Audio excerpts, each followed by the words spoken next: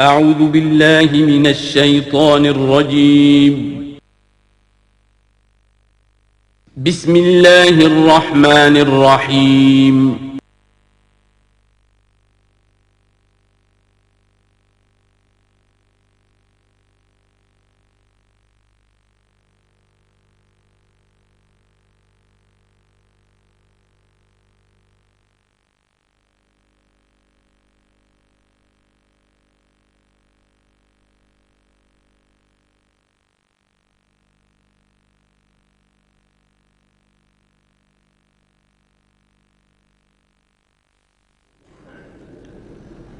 اما بعد فاعوذ باللہ من الشیطان الرجیم بسم اللہ الرحمن الرحیم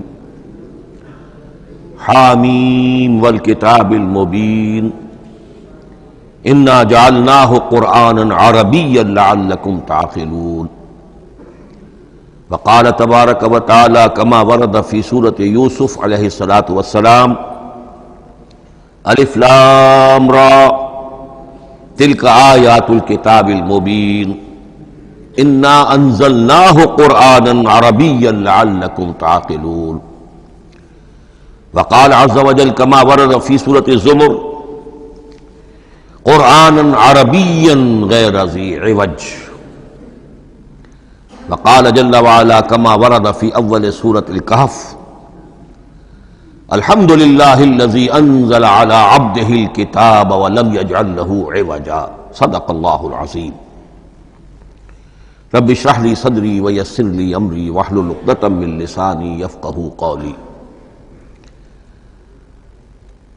تعارف قرآن کے ضمن میں جو مباحث پہلی نشست میں مکمل ہو چکے ہیں اس میں ایک کمی رہ گئی تھی، اس کو پورا کر لیجئے۔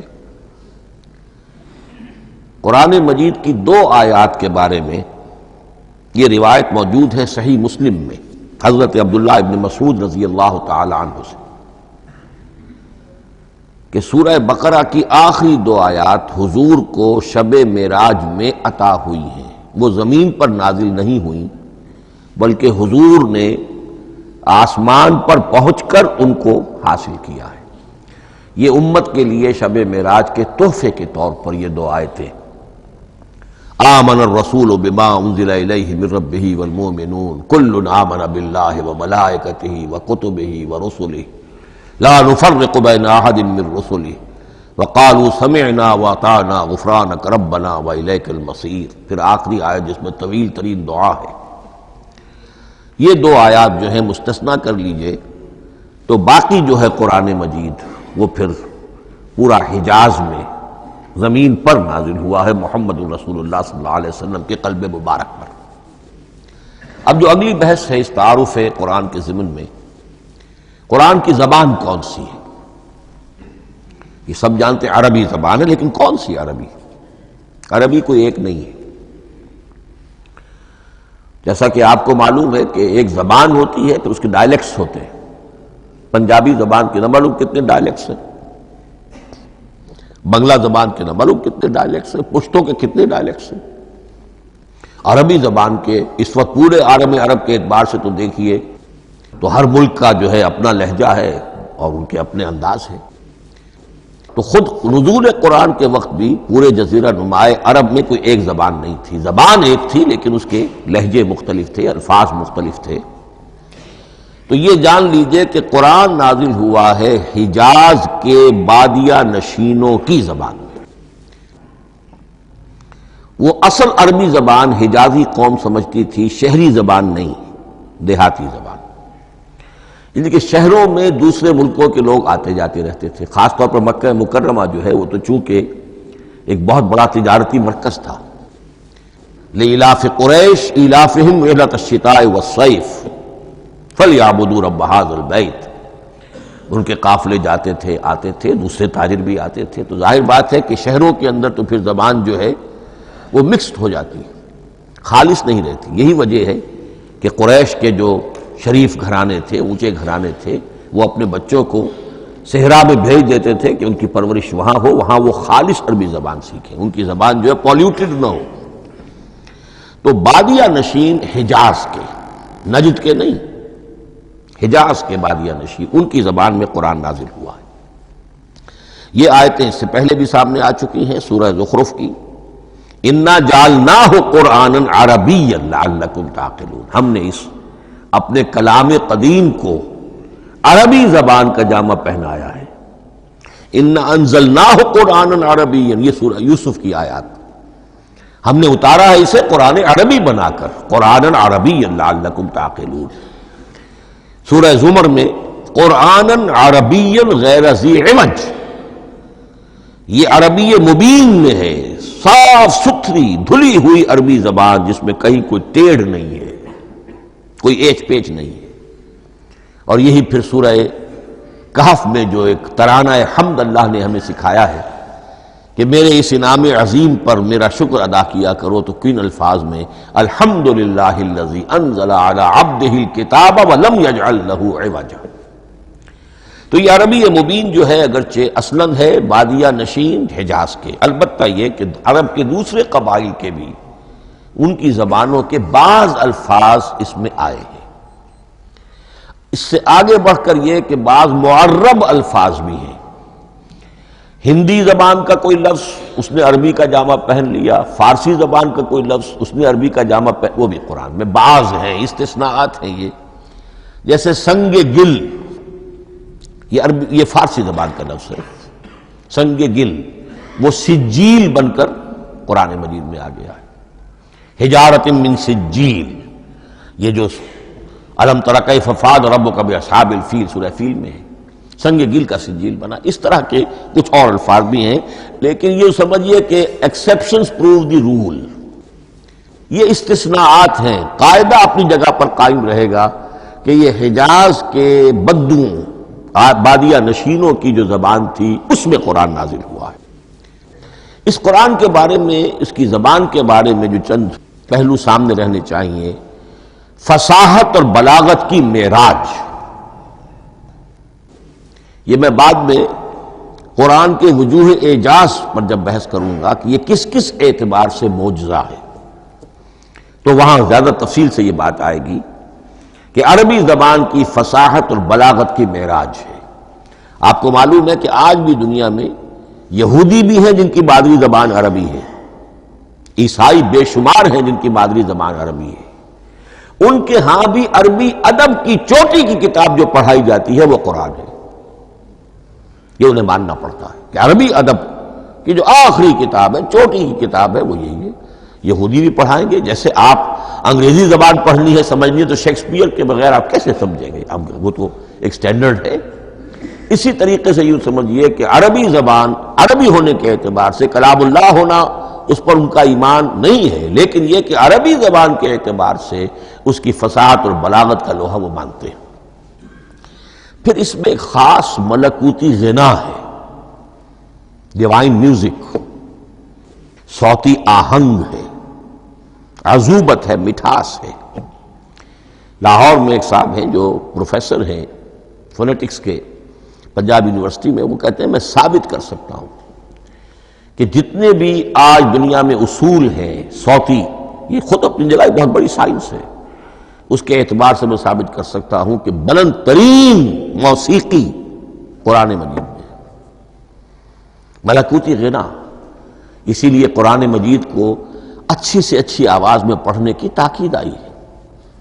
زینوا القرآن باصواتکم، قرآن کو اپنی آوازوں سے مزین کرو۔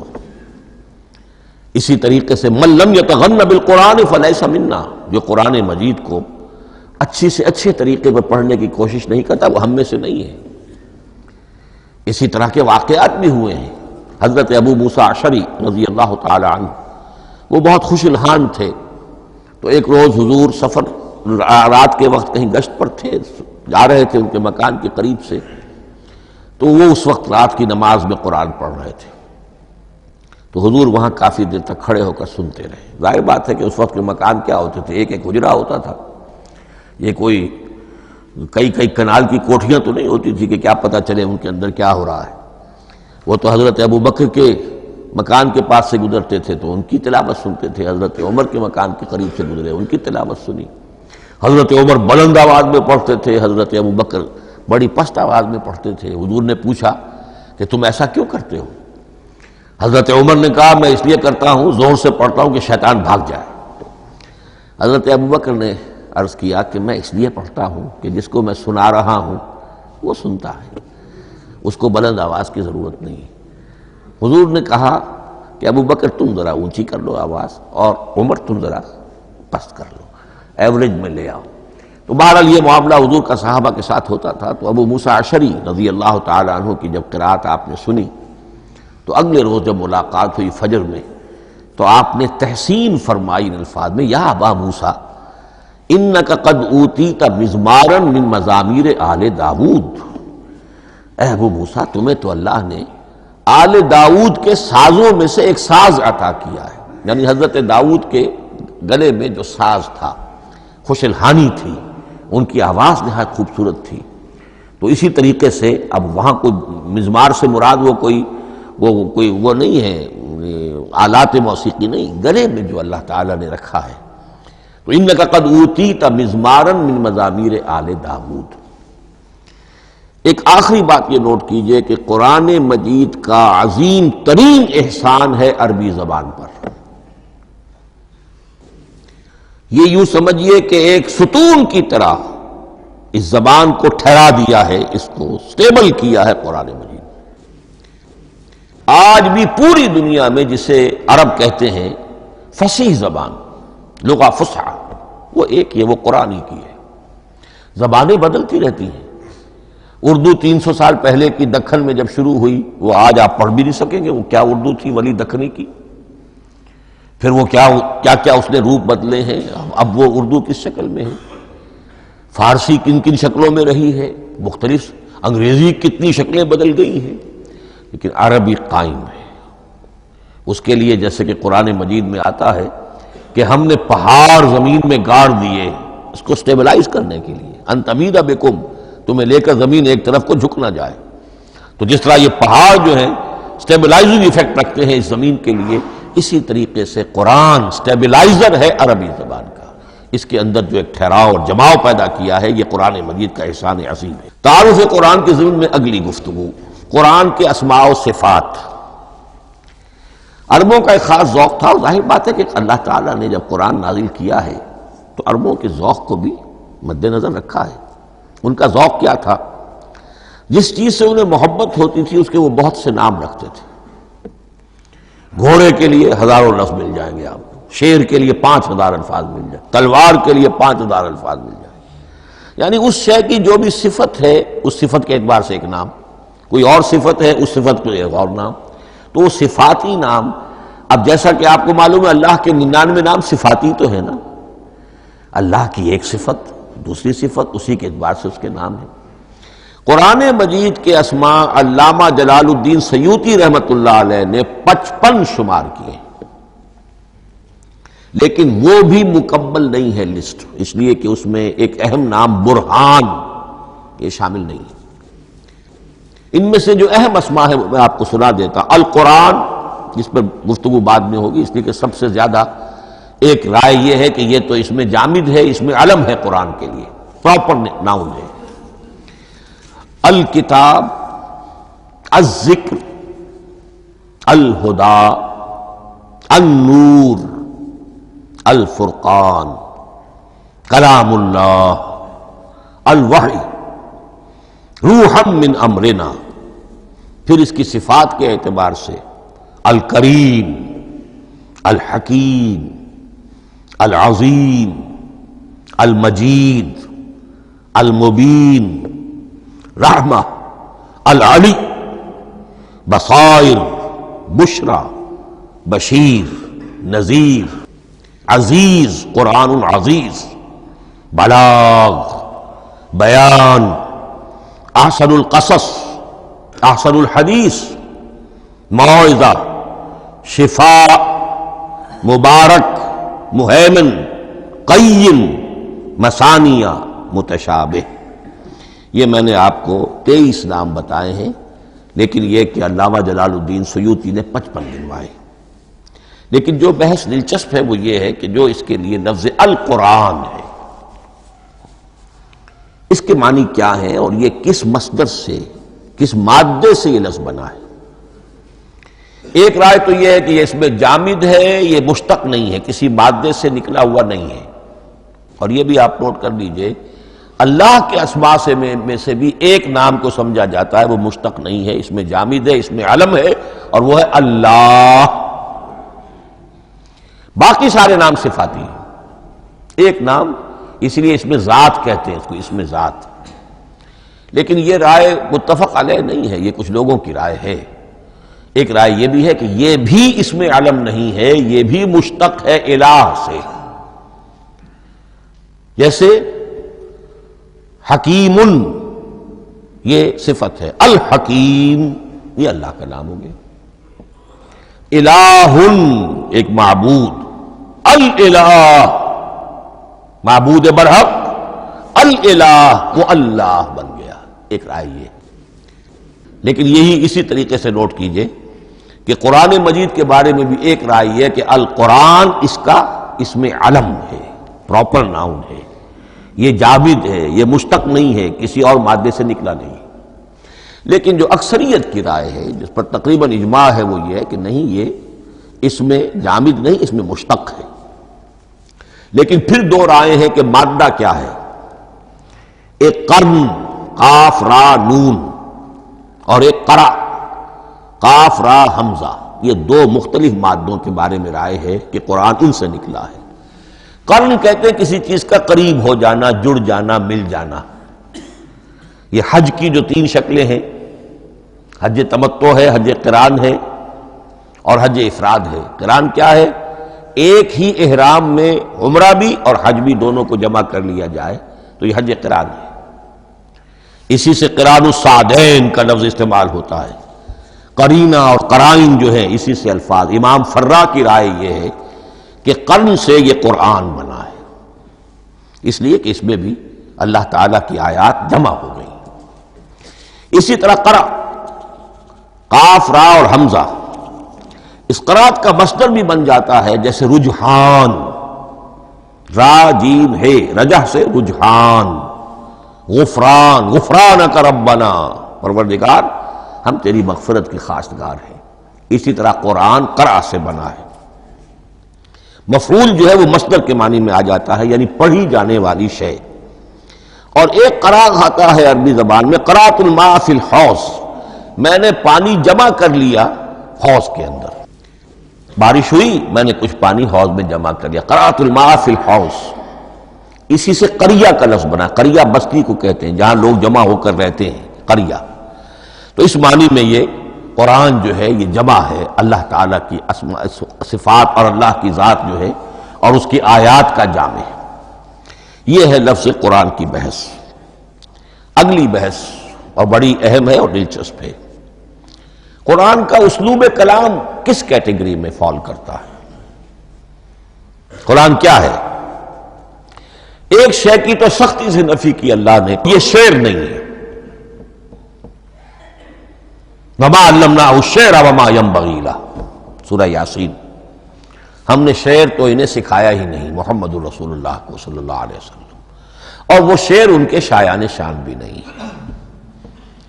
شاعروں کے بارے میں سورہ شعراء میں چونکہ بالعموم شاعروں کے بارے میں جو بات کہی گئی ہے، وَالشُّعَرَاءُ يَتَّبِعُهُمُ الْغَاوُونَ أَلَمْ تَرَ أَنَّهُمْ فِي كُلِّ وَادٍ يَهِيمُونَ إِنَّهُمْ يَقُولُونَ مَا لَا يَفْعَلُونَ إِلَّا الَّذِينَ آمَنُوا۔ استثناء تو ہے کہ اچھے لوگ بھی ہوتے ہیں، لیکن اکثر و بیشتر شعراء کا معاملہ یہی ہے، ان کی پیروی کرتے ہیں وہی لوگ کہ جو حد سے گزرنے والے ہوتے ہیں، لاؤبالیانہ انداز والے لوگ، غیر سنجیدہ لوگ پیروی کرتے ہیں۔ خود وہ بھی زمین و آسمان کے قلابے ملاتے ہیں، کبھی ادھر کی بات کبھی ادھر کی بات۔ اور تیسری بات یہ کہ عام طور پر جو کہتے ہیں وہ کرتے نہیں ہیں، انہم یقولون ما لا یفعلون۔ تو یہ شعر کی تو نفی کی گئی ہے قرآن مجید، جیسا کہ میں نے آپ کو سنایا تھا سورہ حاقہ کی آیات، انہ لقول رسول کریم وما ہوا بقول شاعر، یہ شاعر کا کلام نہیں۔ البتہ ایک بات نوٹ کیجئے، جسے آزاد شاعری، آزاد نظم کہا جاتا ہے، وہ میرا گمان یہ ہے، میں نے چونکہ ان چیزوں کا کوئی تحقیقی مطالعہ نہیں کیا ہے، کہ شاید وہ ہے ہی قرآن سے ماخوذ آزاد شاعری۔ اس میں وزن نہیں ہوتا، ردم ہوتا ہے۔ آزاد شاعری کے اندر ایک ردم ہوتا ہے، وزن نہیں ہے، ایک مصرع اتنا سا، ایک بڑا لمبا چوڑا، لیکن ردم رہے گا۔ یہ جو آزاد شاعری، بلینک ورس جس کو آپ کہتے ہیں، میرا گمان یہ ہے کہ شاید دنیا میں اس کا رواج قرآن کے بعد ہی ہوا ہو، اور قرآن مجید ہی کی نقالی میں یہ صنف جو ہے ادب کی وہ ایجاد کی گئی ہو۔ واللہ عالم، میں یہ بات دعوے سے نہیں کہہ سکتا، گمان ہے میرا۔ البتہ یہ کہ اب اس سے آگے چلیے، شعر نہیں ہے، نثر ہے، لیکن نثر کے اعتبار سے بھی کون سی کیٹیگری میں آئے گی؟ کیا یہ کتاب عام معنی میں جسے ہم کتاب کہتے ہیں وہ کتاب ہے؟ ایک تو وہ بات تھی نا جو اقبال کے حوالے سے میں نے آپ سے کہی، کتابیں نیس چیزیں دیگر است، اس وقت وہ بات نہیں میں کہہ رہا۔ عام کتابوں سے اس کا فرق کیا ہے؟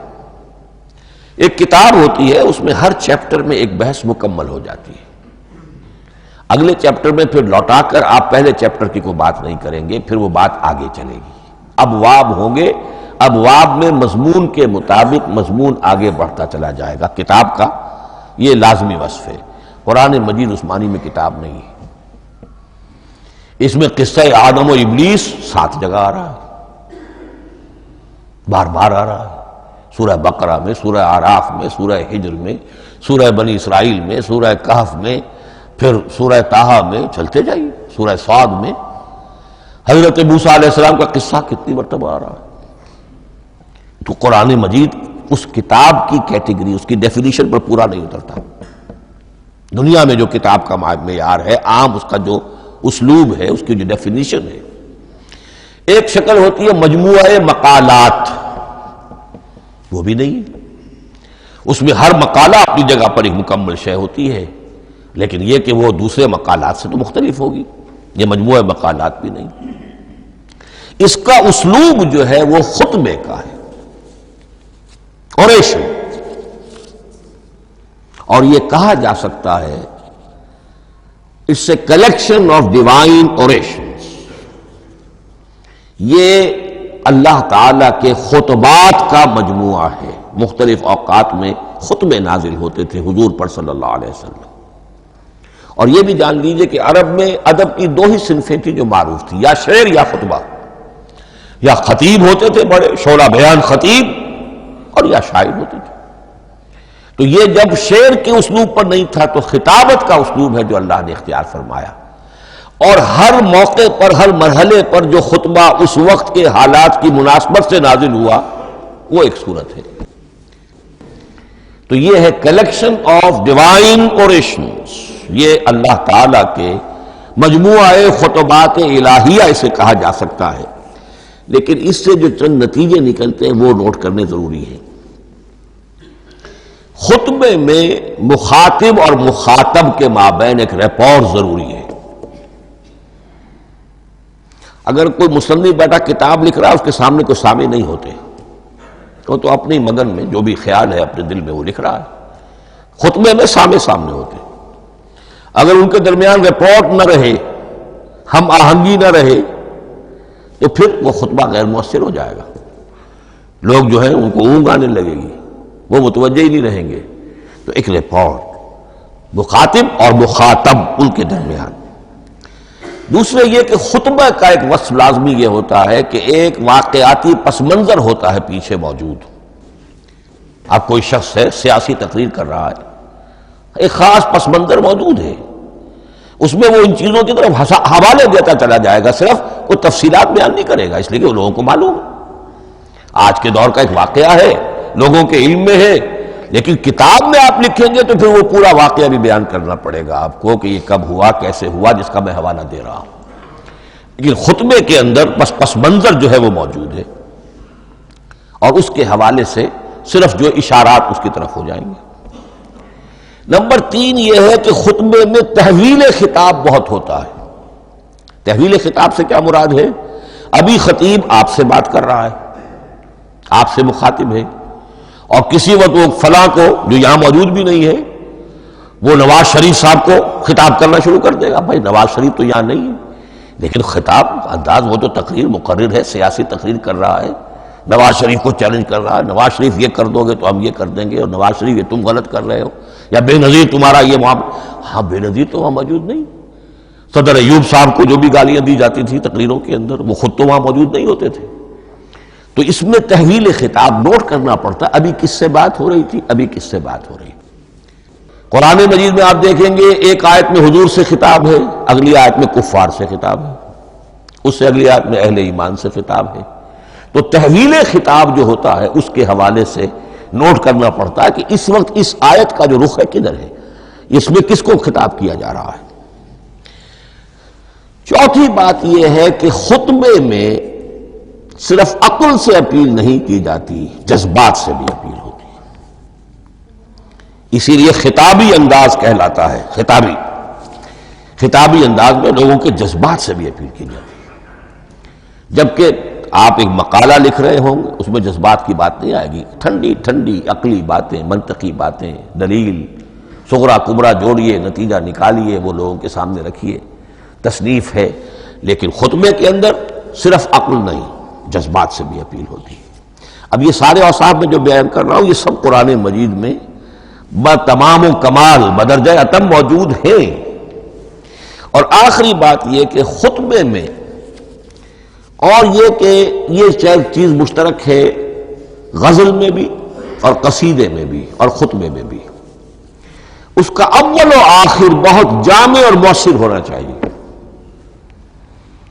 اسی لیے مطلع مقطع یہ خاص طور پر ہوتے ہیں نا. مقطع میں آپ پڑھیے سکون گسترانہ بات، جس غزل کا مطلع جاندار ہے اس کو آدمی پڑھے گا، اور اگر وہ مطلع پھسپھسا ہے وہ باقی نظر پڑے گا ہی نہیں، چاہے آگے اس کے اندر بڑا عمدہ شعر بھی ہو وہ نہیں پڑے گا. مطلع ہی جو ہے بے جان ہے، پھسپھسا ہے. پھر مقطع آخری جو شعر ہو، تو قصیدے میں بھی یہ ہے اور خطبے میں بھی یہ ہے. یہی وجہ ہے کہ قرآن مجید کی صورتوں میں اکثر و بیشتر شروع کی آیات اور آخری آیات انتہائی اہم ہوتی ہیں، بہت جامع ہوتی ہیں، جن کو کہا جاتا ہے کہ یہ سور جو ہیں ان کی ابتدائی آیات، خواتین اور پہلی آیات.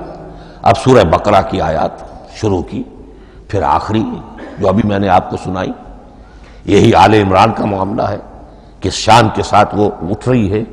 یہی سورہ حج کا ہر جگہ پر آپ دیکھیں گے ابتدائی جو ہے خطیب اگر ایسی بات، ایسا انداز اختیار کرے کہ اپنے سامعین کی توجہ کو اپنی طرف مبذول کرا دے، اگر شروع کا انداز ایسا نہیں ہے تو وہ بات آگے بڑھے گی نہیں. آخری بات یہ کہ خطبے میں ہمیشہ یہ ہوگا کہ ایک مین سپیکر جو ہے اس کی ایک بات سامنے ہے کہ میں نے یہ بات اپنے سامعین کے ذہن میں بٹھانی ہے، لیکن دائیں بائیں کی باتیں کرے گا. کوئی قصہ بھی سنائے گا، کوئی شعر پڑھے گا، کوئی اور کوئی لطیفہ بھی سنائے گا. ہمارے ہاں کے جو بہترین خطیب جو ہوتے تھے وہ احراری حضرات جو ہے بہترین خطیب ہوتے تھے. اور آپ نے سنا مولانا عطا اللہ شاہ بخاری رحمۃ اللہ علیہ، ان کی تقریریں 6 گھنٹے تک لوگ سنتے تھے. وہ کبھی رلا بھی رہے ہیں، کبھی ہنسا بھی رہے ہیں. عام آدمی تنقید بھی کرے گا کہ یہ کیا ادھر ادھر کی باتیں کر رہے ہیں، لیکن وہ پھر جب آخری تقریر ہوتی تھی تو جب تقریر ختم ہوتی تھی، جو بات وہ ذہن میں بٹھانا چاہتے تھے، دل میں اتارنا چاہتے تھے، وہ بیٹھ چکی ہوتی تھی. باقی یہ کہ ادھر ادھر کی چیزیں جو ہیں وہ آکسیلری چیزیں ہیں وہ رہتی ہیں. یہ ہیں 6 اوصاف خطبات کے، اور قرآن مجید کے اندر بھی یہ اوصاف کم و بیش موجود ہیں. قرآن کا اسلوب خطبے کا ہے. اب اگلی بحث پر آئیے، قرآن مجید کی ترکیب اور تقسیم، سنتھیسس اور ڈویژنز. اب اس میں سمجھیے کہ کلام جو ہے اللہ کا کلام ہے. کلام مرکب ہوتا ہے کلمات سے. کلمات حروف سے بنتے ہیں. عربی زبان کے حروف 28 یا 29 ہیں. الف اور حمزہ کو ایک ہی مانیں گے تو 28 رہ جائیں گے. الف علیحدہ حمزہ علیحدہ تو 29 ہو جائیں گے. یہ حروف جڑتے ہیں، لفظ بنتے ہیں. لفظ محمل بھی ہوتا ہے لیکن کلمہ وہ کہلاتا ہے جو بامانی لفظ ہو. پھر ان کلمات کو آپ جوڑتے ہیں، یہ مرکب توصیفی بن گیا، مرکب اضافی بن گیا، مرکب عددی بن گیا، مرکب جاری بن گیا، پھر ان مرکبات کو جوڑ کر فقرہ بنتا ہے، جملہ بنتا ہے، کلام مفید جس کو کہا جاتا ہے۔ قرآن مجید کے اعتبار سے علامہ سیوطی نے مخصوص جو قرآن کی اصطلاحات ہیں ان کے حوالے سے ایک بات کہی ہے، لیکن واقعہ یہ ہے کہ قرآن کی اصطلاحات خود اپنی ہیں، دنیا کی دوسری کسی بھی اصطلاحات پر ان کو قیاس نہیں کیا جا سکتا۔ لیکن جاہز چونکہ قدیم تھے، انہوں نے قرآن مجید کو کہا یہ دیوان کی شکل رکھتا ہے، جیسے کہ حافظ کا دیوان، کسی اور کا دیوان۔ سورتیں جو ہے وہ قصیدوں کی شکل میں ہیں، بیت شعر آیت ہے، قوافی جو ہوتے ہیں شعروں میں قافیہ، وہ یہاں فواصل ہیں، آیت کے آخری حروف ایک دوسرے سے مشابہ ہوتے ہیں کہ جن سے پھر وہ صوتی آہنگ پیدا ہوتا ہے۔ الرحمن علم القرآن خلق الانسان علمہ البیان۔ اب یہ ایک فواصل جو ہیں وہ جڑتے چلے جاتے ہیں، ان میں آہنگ پیدا ہوتا ہے۔ لیکن حقیقت کے اعتبار سے پہلی بات یہ نوٹ کیجئے، قرآن مجید کی اکائی ہے آیت، اسے نہ آپ جملہ کہہ سکتے ہیں نہ فقرہ کہہ سکتے ہیں۔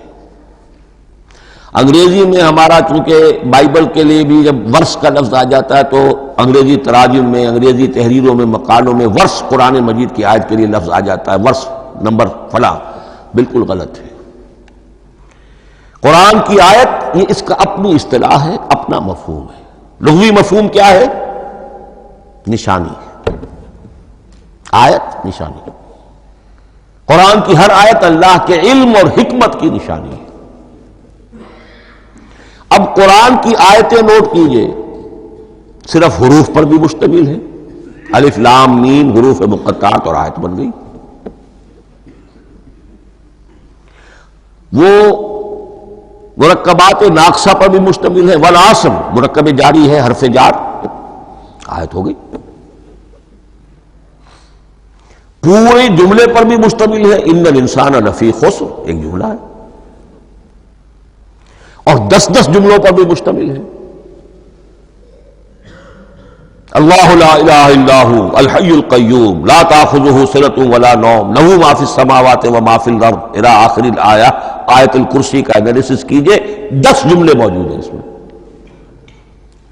تو نوٹ کر لیجئے، یہ چیز توقیفی کہلاتی ہے، یہ کسی گرامر کے اصول پر نہیں ہے، کسی منطق کے اصول پر نہیں ہے۔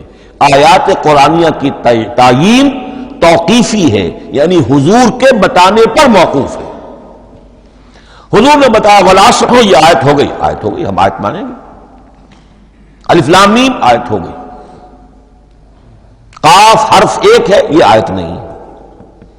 نون ایک حرف ہے، آیت نہیں ہے۔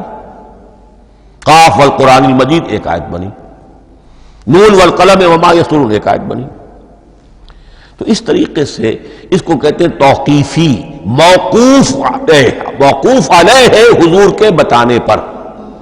اب اس میں روایات کا اختلاف ہو سکتا کہ حضور سے کوئی روایت یہ ہو کہ یہ ایک آیت بنی یا 2 آیتیں بنی۔ مثلا بڑی اہم مثال آپ کو دے رہا ہوں، سورہ مزمل کی جو دوسرا رکوع ہے، پورا دوسرا رکوع وہ 1 آیت شمار ہوتا ہے، اور میرا بڑا گمان رہا بہت عرصے تک کہ یہ 1 آیت نہیں ہو سکتی، یہ مختلف اوقات میں نازل ہوئی ہیں، 2 اوقات میں نازل ہوئی ہے۔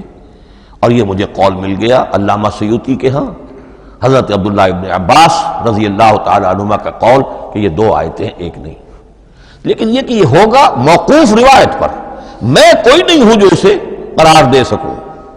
ہاں مجھے اگر کوئی روایت مل جاتی ہے، کوئی خبر یا اثر، خبر محمد الرسول اللہ کی یا اثر آپ کے کسی صحابی کا صلی اللہ علیہ وسلم و رضی اللہ تعالی عنہ، تو پھر یہ ہے کہ ہم مانیں گے۔ تو اس کو کہتے ہیں توقیفی۔ آیات اور سور کا معاملہ توقیفی ہے بالکل، یا کسی منطق، کسی گرامر، کسی اصول بیان، کسی پر مبنی نہیں ہے، یہ مبنی ہے حضور کے بتانے پر۔ اس طرح سورت کسے کہتے ہیں؟ عربی زبان میں سور کے معنی ہے فصیل۔ فَضُرِبَ بَيْنَهُمْ بِسُورٍ لَهُ بَابٌ، سورہ حدید کے اندر الفاظ آئے۔ اب اس کا کیا تصور دیا گیا کہ ہر آیت جو ہے وہ اللہ کے علم اور حکمت کی نشانی ہے. 10 آیتیں، 20 آیتیں، 100 آیتیں، 285 آیتیں، 286 آیتیں جوڑ کر ایک فصیل باندھ دی گئی. یہ شہر حکمت خداوندی ہے.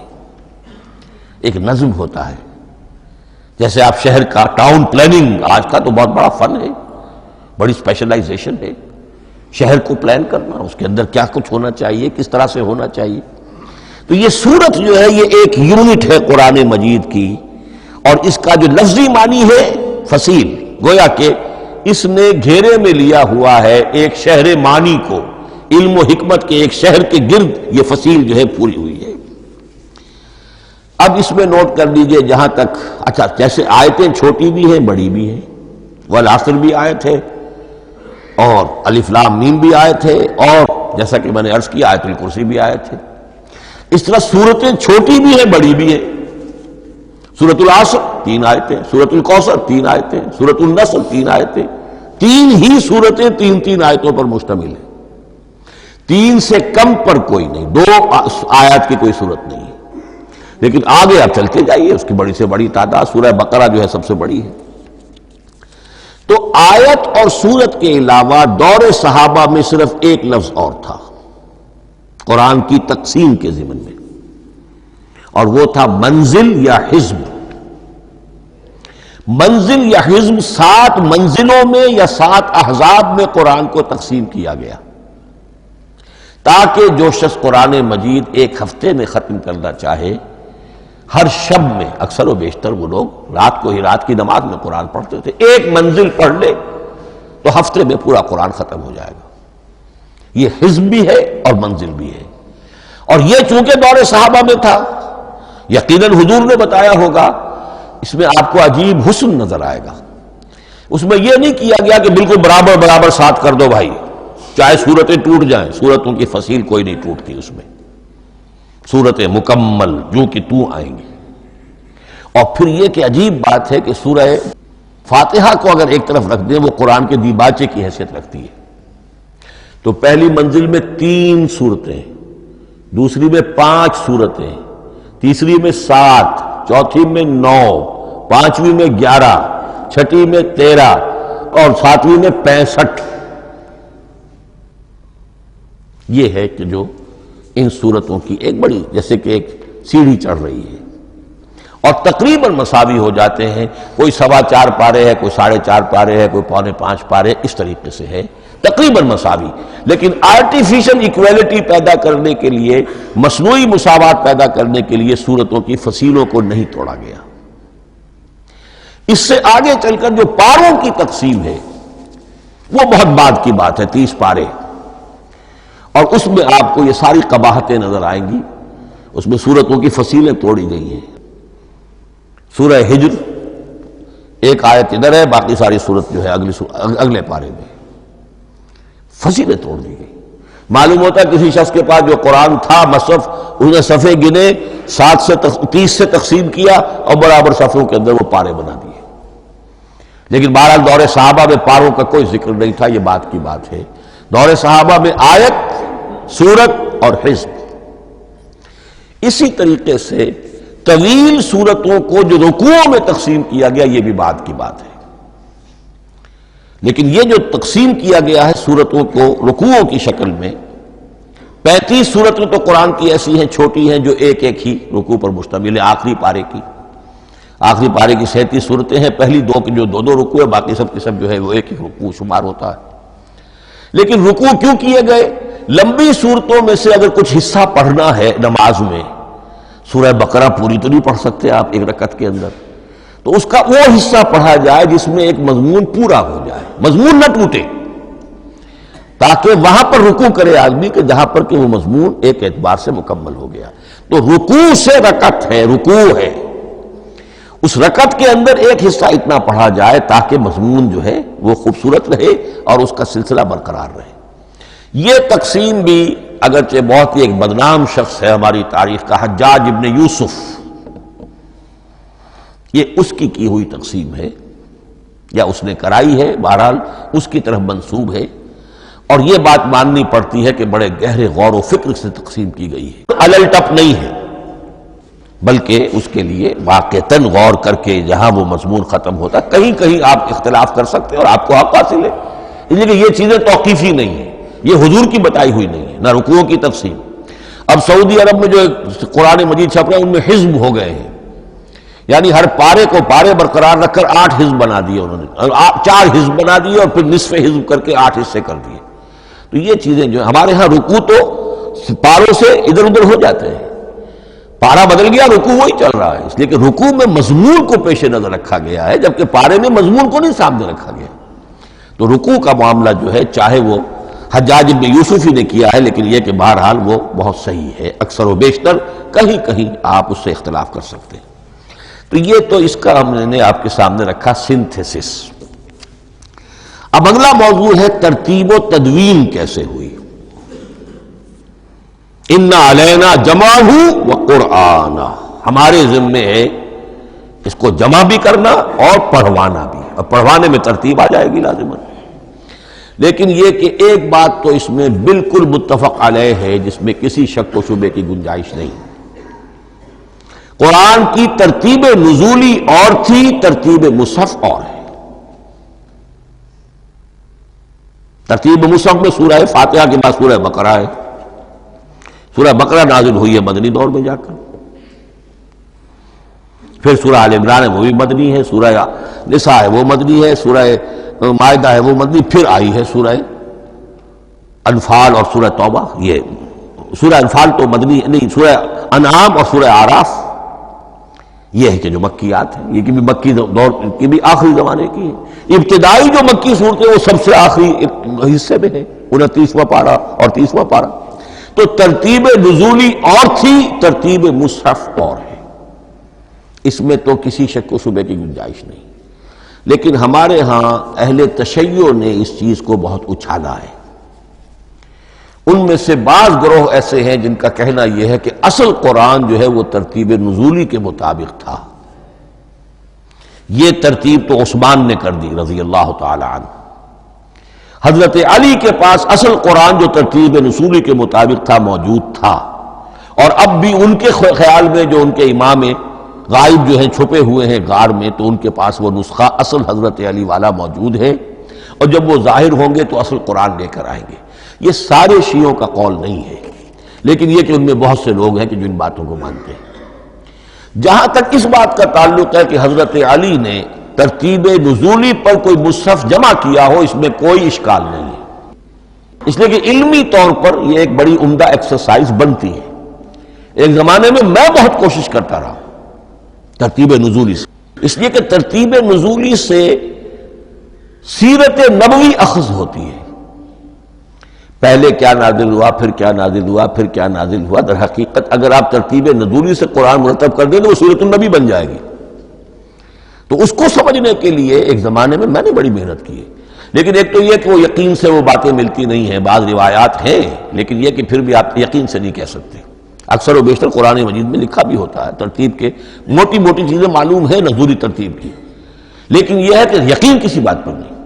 تو پہلی بات یہ ہے کہ ہمارے نزدیک، اہل سنت کے نزدیک، اصل جو حجت ہے دین میں وہ ترتیب مصحف ہے۔ یہی ترتیب جو اس وقت مصحف عثمان کی ہے رضی اللہ تعالی عنہ، یہی ترتیب ہے لوح محفوظ کی، یہی ترتیب ہے ام الکتاب میں، یہی ترتیب ہے کتاب مکنون میں۔ اب اس کے سمجھیے کہ اس کی تدوین کن مراحل میں ہوئی۔ سب سے پہلے اس کے جو مراحل ہیں 3، خود نبی اکرم صلی اللہ علیہ وسلم کے زمانہ مبارک میں جمع اور ترتیب یہ ہو گئی، لیکن کتابی شکل میں نہیں، ما بین الدفتین نہیں۔ حضور نے لوگوں کو پڑھ کر سنایا، اس ترتیب سے سنایا جس ترتیب سے یہ مصحف میں اب موجود ہے، اور ہر رمضان میں حضرت جبرائیل دورہ کرتے تھے حضور کے ساتھ، جتنا کہ قرآن اس وقت تک نازل ہو چکا ہوتا تھا، اور آخری رمضان مبارک آپ کی حیات طیبہ کا جو تھا اس میں 2 مرتبہ پورے قرآن کا دورہ ہوا۔ تو دورہ قرآن بغیر ترتیب کے تو نہیں ہو سکتا۔ تو یہ ترتیب حضور کی ہوئی ہے، توقیفی ہے، اور حضور ہی نہیں اللہ کی ہوئی ہے۔ یہی ترتیب لوح محفوظ میں، کتاب مکنون میں اور ام الکتاب میں ہے، اور یہ ترتیب حضور دے کر گئے ہیں صحابہ کرام کو۔ حفاظ تھے، کتنے حفاظ جو ہیں جنگ یمامہ میں شہید ہو گئے، تبھی تو خیال آیا کہ اس کو کتابی شکل میں بھی مرتب کیا جائے۔ لیکن کتابی شکل میں جسے کہتے ہیں دو گتوں کے درمیان ایک کتاب مجلد، اس صورت میں جہاں تک میں تحقیق کر سکا ہوں اور جہاں تک ہمارے اکثر و بیشتر لوگوں کی رائے ہے، حضور کے زمانے میں یہ اس طریقے سے مابین الدفتین، دو گتوں کے مابین ایک کتاب کی شکل میں قرآن موجود نہیں تھا۔ لوگوں کے سینوں میں محفوظ تھا، جیسے محمد الرسول اللہ کے سینے میں محفوظ تھا۔ ان علینا جمعہ، وہ جمع حضور کے سینے میں کیا اللہ نے۔ اسی طرح پھر صحابہ کرام بے شمار جو حفاظ تھے ان کے سینوں میں محفوظ تھا۔ دوسرا مرحلہ کب آیا؟ جب حضرت ابوبکر صدیق کے عہد خلافت میں جنگ یمامہ میں بہت سے حفاظ شہید ہو گئے۔ اب ایک تشویش پیدا ہوئی، ایسا نہ ہو کہ قرآن ضائع ہو جائے، لہذا اسے کتابی شکل میں مرتب کر لینا چاہیے۔ اس کے لیے پھر بہت سے صحابہ نے حضرت ابوبکر کو اپروچ کیا کہ جتنے قراء ہیں، جتنے کاتبین وحی ہیں، ان سب کو آپ جمع کیجئے اور جمع کر کے اس قرآن مجید کو ایک کتاب کی شکل میں جمع کر لیں۔ حضرت ابوبکر شروع میں بہت ریلیکٹنٹ رہے، ان کا ایک خاص مزاج تھا، اتباع رسول کا جذبہ انتہا درجے کا۔ جو کام حضور نے نہیں کیا میں کیسے کروں؟ اگر تو یہ کام واقعی کرنے کا تھا تو حضور کرتے، میں کیسے کروں؟ لیکن یہ کہ جب صورتحال بہت لوگوں کی طرف سے دباؤ پڑا کہ نہیں یہ کر لینا چاہیے، ان کے سامنے بھی حکمت آ گئی، تو پھر انہوں نے اتفاق کرتے ہوئے جتنے بھی کاتبین وحی تھے ان سب کی ایک کمیٹی بنائی اور ان کو کہا کہ اب اس قرآن کو مرتب کر کے ایک کتابی شکل دے دی جائے۔ وہ کتابی شکل حضرت ابوبکر کے دور میں ہو گئی۔ تیسرا مرحلہ کیا ہے؟ یہ کتابی شکل میں جب قرآن مجید آ گیا اور شروع میں یہ اجازت تھی کہ ہر قبیلے، ہر علاقے کے لوگ اپنے لہجے میں پڑھ لیں۔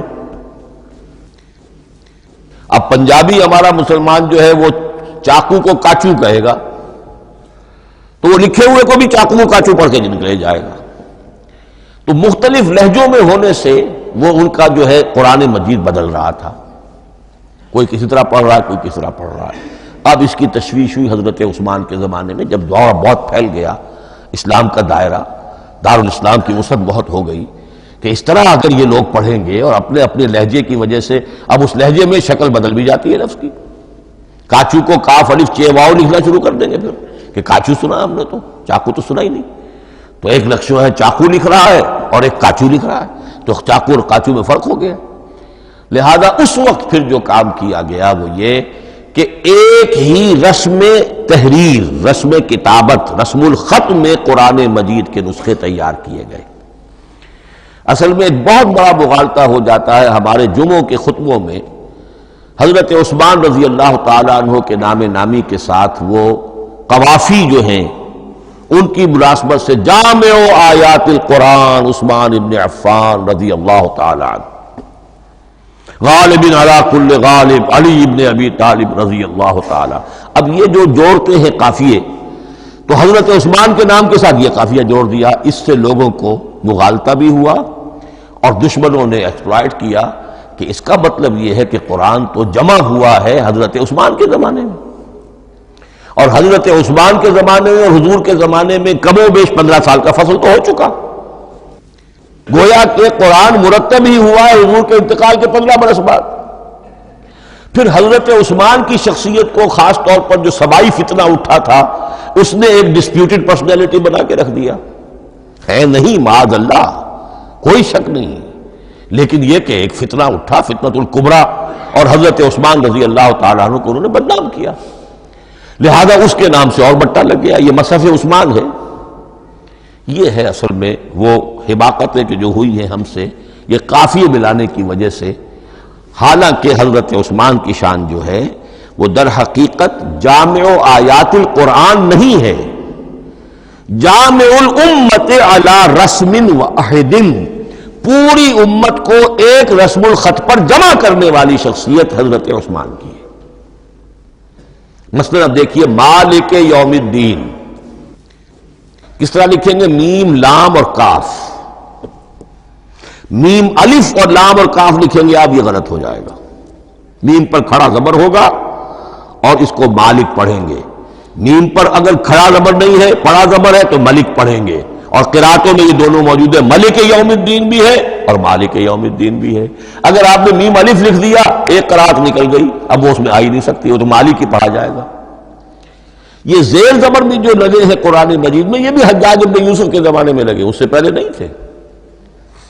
اور یہ رموز و اوقاف، یہ آیتوں کے نشان اور یہ وقفہ بیچ میں، یہ بھی حجاج بن یوسف کے زمانے کی چیزیں ہیں، ورنہ عربوں کے لیے تو ان کی اپنی زبان تھی، انہیں ان چیزوں کی ضرورت ہی نہیں تھی۔ آپ کو معلوم ہے پرانے زمانے کے جو منشی ہوتے تھے، انشاء پرداز، وہ جب خط لکھتے تھے تو اس میں نقطے وغیرہ نہیں لگاتے تھے۔ جس کو خط لکھا جا رہا ہے وہ توہین سمجھے گا کہ شاید مجھے جاہل سمجھا کہ نقطے بھی لگا کے بھیجا جا رہا ہے خط پر، گویا کہ میں تو سمجھ ہی نہیں سکتا بغیر نقطوں کے۔ تو یہ جو ہے پرانے جو شکستہ خطوط لکھے جاتے تھے ان کا یہ انداز تھا، لہذا کوئی نقطے وغیرہ نہیں تھے، یہ بھی بعد میں لگے۔ تو ملک یوم الدین، مالک یوم الدین، اس کی رسم آئے گا میم لام کاف، کھڑا زبر ہے مالک یوم الدین اور ویسے پڑا زبر ہے ملک یوم الدین۔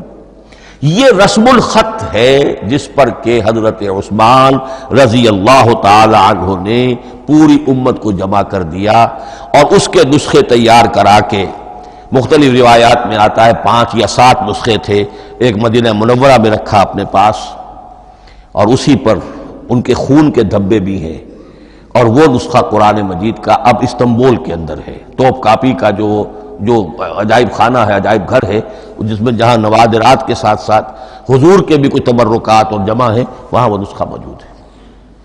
اس میں انگلی جو کٹی تھی حضرت نائلہ جو ان کی اہلیہ تھی، جب وار کیا گیا ہے حضرت عثمان پر، قرآن پڑھ رہے تھے، انہوں نے روکا اپنے ہاتھ سے تو ان کی انگلی کٹی اور اس کے خون کے قطرے جو ہیں وہ مصحف پر آئے۔ تو یہ وہ قرآن، پھر انہوں نے ایک مکہ مکرمہ میں، ایک دمشق میں، ایک کوفے میں، ایک یمن، ایک بحرین، ایک بصرہ، مختلف جگہوں پر وہ آفیشل ورشن قرآن کا صرف رسم الخط اسکرپٹ کے اعتبار سے۔ لیکن اب پھر نوٹ کر لیجئے، قرآن مرتب ہو چکا، مدون ہو چکا دور نبوی میں، لیکن کتابی شکل میں نہیں، سینوں میں محفوظ۔ دور خلافت ابی بکر میں وہ کتابی شکل میں لایا گیا، اور اس کے لیے پھر بحث ہوئی کہ اب اس کا نام کیا رکھا جائے۔ اس کے لیے کئی نام تجویز ہوئے، سفر بھی، انجیل بھی، وغیرہ وغیرہ، لیکن پھر اس کو حضرت عبداللہ ابن مسعود رضی اللہ تعالی عنہ نے اہل حبشہ سے استشہاد کرتے ہوئے مصحف نام رکھا، مصحف۔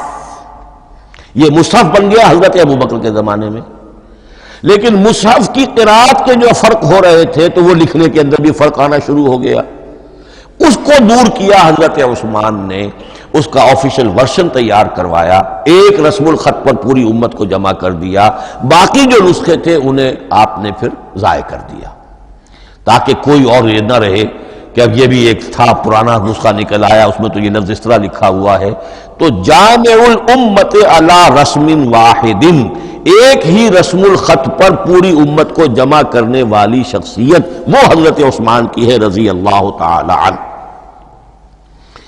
بہرحال یہ نوٹ کیجئے کہ یہ مرحلہ بھی حضرت عثمان کے زمانے میں، تو یوں سمجھیے کہ حضرت عثمان کا پورا عہد بھی آپ جوڑ لیں تو آپ کی جو شہادت ہے وہ تقریباً یوں سمجھیے کہ حضور کے انتقال کے وہ 25 برس بعد ہے، گویا ربع صدی کے اندر اندر حضور کے انتقال کے بعد، چوتھائی صدی کے اندر اندر سارے مراحل طے ہو گئے۔ یہی وجہ ہے میں نے شروع میں آپ کو بتایا تھا کہ پوری دنیا یہ مانتی ہے کہ آج جو قرآن مسلمانوں کے پاس ہے یہ ہے وہی جو محمد عربی صلی اللہ علیہ وسلم نے اپنی امت کو دیا تھا۔ یہ دوسری بات ہے کہ ہم سمجھتے ہیں کہ محمد عربی صلی اللہ علیہ وسلم کو یہ اللہ کے کلام کی صورت میں حضرت جبرائیل نے پہنچایا تھا، وہ اس کو نہیں مانتے، لیکن یہ حصہ اس کا ماننے پر مجبور ہے کہ وہ اصل قرآن اپنی اسی انٹیگریٹی کے ساتھ، اپنے پوری پیور، اس کا جو بھی ہے ٹیکسٹ پیور ہے، اور اس کی انٹیگریٹی میں کوئی شک و شبہ کی گنجائش نہیں ہے کہ یہ وہی شے ہے جو محمد نے اپنی امت کو عطا فرمائی تھی صلی اللہ علیہ وسلم۔ ایک آخری بات، شاید میرے پاس 3 منٹ ہیں۔ یہ جو میں نے آپ کو ترتیب بتائی تھی قرآن کی، آیتیں، سورتیں، پھر حزب، اب اس میں ایک شے نوٹ کر لیجئے۔ آیت اللہ تعالیٰ کے علم و حکمت کا ایک نمونہ ہے۔ آیتوں کو جوڑ کر جب سورت بنائی تو آیتوں کے اندر جو ربط ہے، اس ربط آیات سے ایک اور معنی، ایک اور حکمت کا دروازہ کھلتا ہے۔ جیسے موتی ہے، ہر موتی بڑا خوبصورت ہے، لیکن جس ترتیب سے آپ نے پرویا، اس کو دھاگے میں ہار بنایا، اس ترتیب سے اس کا حسن دوبالا ہو جائے گا۔ ہر موتی کا اپنی جگہ پر ایک حسن ہے، لیکن اس ترتیب کی وجہ سے اس کے حسن کا ایک اور پہلو ظاہر ہوگا۔ اسی طرح قرآن مجید کی صورتوں میں ربط آیات بہت اہم ہے۔ ایک مرکزی مضمون ہوتا ہے ہر صورت کا، مرکزی مضمون، عمود، اور اس کے گرد وہ ساری آیتیں اس طریقے سے گھوم رہی ہوتی ہیں، جڑی ہوئی ہوتی ہے، جیسے کہ ایک دھاگے کے اندر پروئے ہوئے موتی ہوتے ہیں کہ جس کی جو ہار کی شکل اختیار کرتے ہیں۔ دوسری بات یہ، اکثر اور بیشتر صورتیں قرآن مجید میں جوڑوں کی شکل میں ہیں۔ ایک مضمون کا ایک پہلو اس جوڑے کے ایک فرد میں، اور دوسرا پہلو اسی کا دوسرے فرد میں۔ جیسے معوذتین، 2 صورتیں ہیں، مضمون ایک یہ تعوذ، معوذتین۔ الزہراوین، سورہ بقرہ، سورہ آل عمران کو کہا گیا الزہراوین، حضور نے فرمایا 2 نہایت تابناک صورتیں، بڑی روشن صورتیں۔ جیسے آپ دیکھیں گے یا ایھا المدثر یا ایھا المزمل قم اللیل الا قلیلا یا ایھا المدثر قم فانذر، ایک ہی طرح کا اٹھان ہے، حضور سے خطاب ہو رہا ہے۔ سورۃ الضحیٰ، سورۃ الانشراح، یہ تمام جوڑوں کی شکل میں۔ اسی طرح سورہ طلاق، سورہ تحریم، یا ایھا النبی اذا طلقتم النساء فطلقوہن لعدتہن یا ایھا النبی لم تحرم ما احل اللہ لک تبتغی مرضات ازواجک۔ شوہر اور بیوی کے درمیان تعلق یا تو اتنا گہرا ہو جاتا ہے کہ ایک دوسرے کے لحاظ میں وہ حدود خداوندی ٹوٹنے لگے، بیوی کی وجہ سے آپ نے کسی حرام شے کو حلال کر لیا یا حلال کو حرام کر لیا، بیوی کو ناپسند ہے وہ شے، تو حضور سے ذرا سا یہ ہو گیا تھا معاملہ۔ اپنی ازواج مطہرات حضرت عائشہ اور حضرت حفصہ رضی اللہ تعالی عنہما، ان دونوں کی رضا جوئی کے لیے وہ خاص قسم کا شہد ہے، قسم کھا لی آپ نے کہ میں اسے استعمال نہیں کروں گا۔ لما تحرم ما احل اللہ لک، اے نبی آپ کیوں حرام کرتے ہیں اپنے اوپر وہ شے جو اللہ نے آپ کے لیے حلال کی ہے؟ تبتغی مرضات ازواجک، اپنی بیویوں کی رضا جوئی میں۔ یہ ایک انتہا ہوئی۔ دوسری انتہا کیا ہے؟ میاں اور بیوی میں اتنا بوجھ ہو جائے کہ طلاق تک نوبت آ جائے، تو سورۃ التحریم ایک انتہا کو بیان کر رہی ہے، سورہ طلاق اگلی اس کے ساتھ جڑی ہوئی وہ دوسری انتہا کو بیان کر رہی ہے۔ سورہ صف حضور کے مقصد بعثت کو بیان کر رہی ہے، سورہ جمعہ آپ کے طریقہ کار کو بیان کر رہی ہے۔ اس طرح قرآن مجید کی اکثر و بیشتر صورتیں جو ہیں وہ جوڑوں کی شکل میں ہیں۔ میرا خیال یہ ہے کہ وقت ختم ہو گیا ہے، اس مضمون کا تھوڑا سا حصہ باقی ہے، وہ انشاءاللہ میں اگلی نشست میں لوں گا۔ بارک اللہ لی ولکم فی القرآن العظیم ونفعنی وإیاکم بالآیات والذکر الحکیم۔